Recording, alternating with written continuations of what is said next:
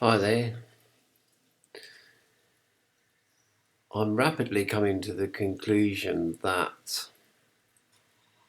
the consciousness which we possess now, or the level of awareness that we possess now, that you possess as you're watching this video, is not the consciousness that is going to be conscious of anything transcendental.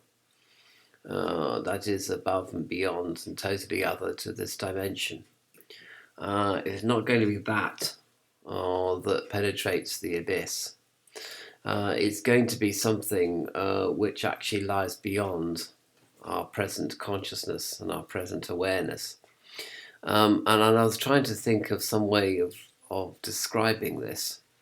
And it suddenly occurred to me that about Van Gogh or Van Gogh and his paintings. I mean, his paintings now sell for tens of millions, and and yet in his lifetime he only sold literally one painting, and and it's basically, but he's obviously doesn't care now. He's dead. So the value of his work and the appreciation of his work nowadays is carried. Obviously, it's carried on beyond his mortal life, and it's like as if his essence or his soul is still present among us due to his paintings, and this is what's sort of being carried over down through the centuries. And the value that is placed on his work now is tens of millions. And obviously, people appreciate his work like no other artist, and he's world famous all over and people, and it's like as if his essence is appreciated, but his ego and his personality and his life is no longer appreciated or even factored in, as it were. And I thought this is a kind of an analogy to what happens after death. That even though your personality is snuffed out into oblivion, everything that you've done in your life, everything that that basically you've done, gets sort of collected up into a little package, into a little package which is called your essence. And this essence gets sort of transformed, or transported at least into the ineffable realm. And that's what God appreciates of you.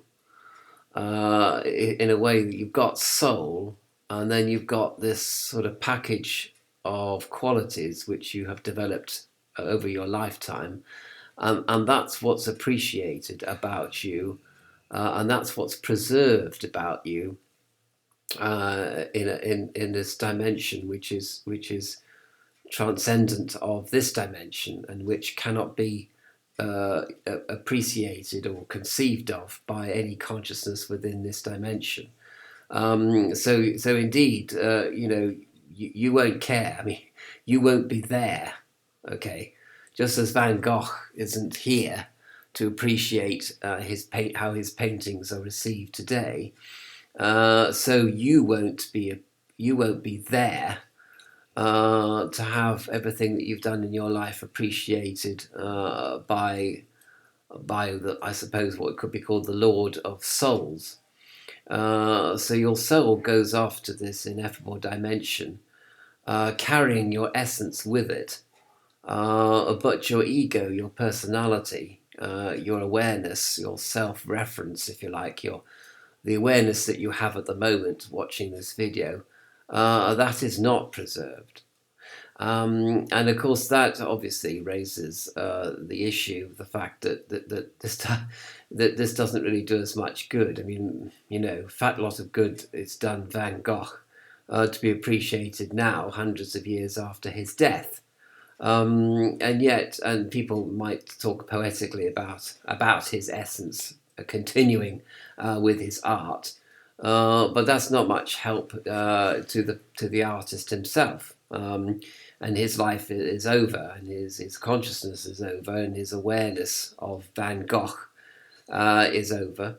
And so therefore, and this is a sort of picture I have of reaching the transcendent state without your ego, without your personality being present, but merely your essence, merely everything that you've done, merely all your qualities that you've accumulated over life. And I even have this picture of a duster, and a duster picks up the dust, and the dust represents your life, all the qualities of your life, and all the things that you've done.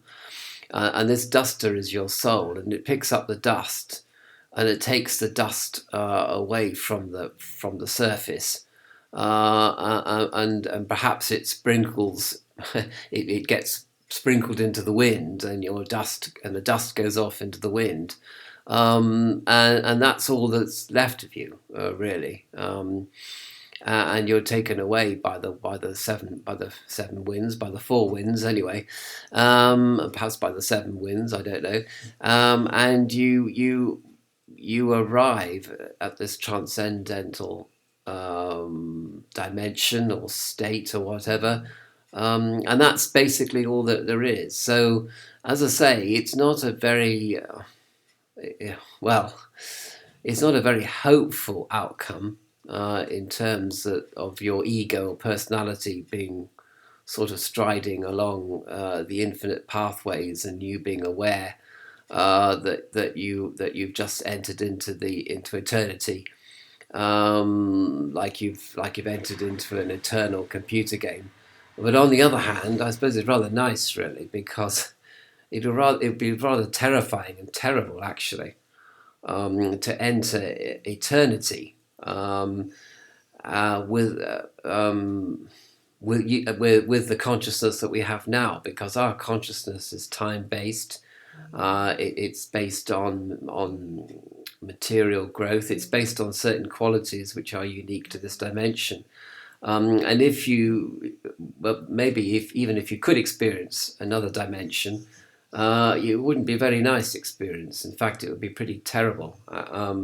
Reminded me of when they looked down Krishna's throat at the universe, and Krishna showed his devotees his universal form, and it was absolutely terrifying, and no one could handle it.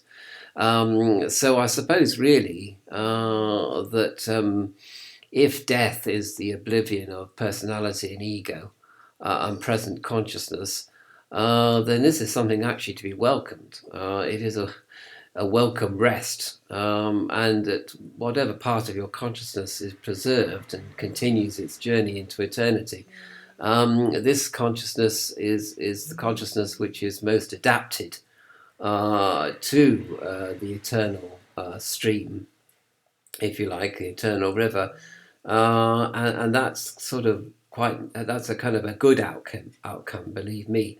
So you wouldn't really want to survive